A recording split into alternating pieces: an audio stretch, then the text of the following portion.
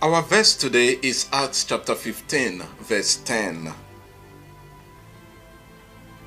Now therefore, why are you putting God to the test by placing a yoke on the neck of the disciples that neither our fathers nor we have been able to bear?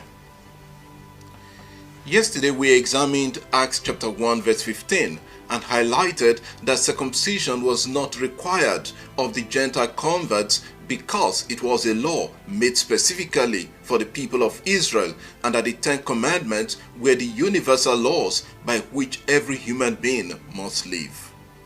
Due to the demand by the Jewish Christians that the converts be circumcised as the issue unsettled the community appointed Paul and Barnabas to go up to Jerusalem to table the issue before the apostles and elders of the church. Our verse today contains one of the lines of arguments of Paul and Barnabas. Let us break the verse into parts. First, why are you putting God to the test? What does it mean to put God to the test?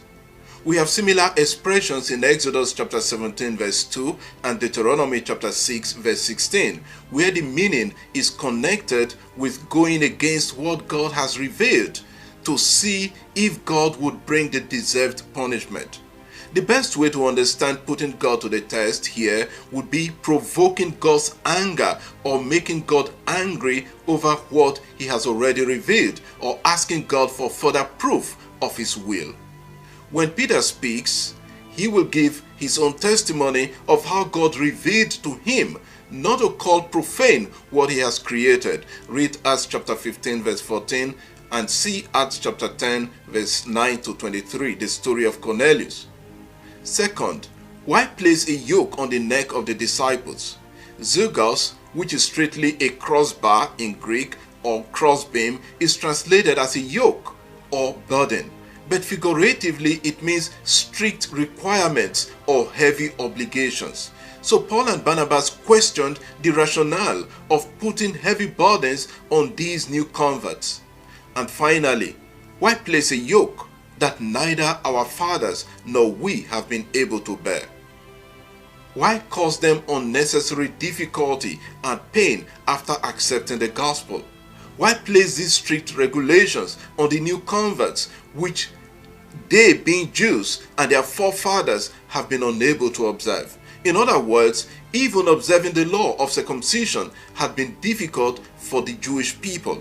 Read Joshua chapter 5, how the Israelites had not been circumcised for many years until God commanded Joshua to circumcise them when they got into the promised land. If it has been difficult for those who were given the law, why impose it on other people? That is what Paul and Barnabas are saying.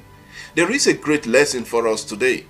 It is easy to tell other people what to do, even when we know how difficult it is for us. Preaching is different from living the life. We may know the Bible theoretically, but what God requires of us is to put it into practice, to live out the gospel in our lives. We shouldn't be hard on people who are unable to keep some laws, because we too fall short of some other laws. Laws are important to guide us. The commandments are important for our lives, but they are meant to be internalized, not to be simply quoted out of the knowledge we have for them. Lord, give us the grace to live out your commandments and not expect of others what we cannot do ourselves. Amen. God bless you, and I wish you a lovely day.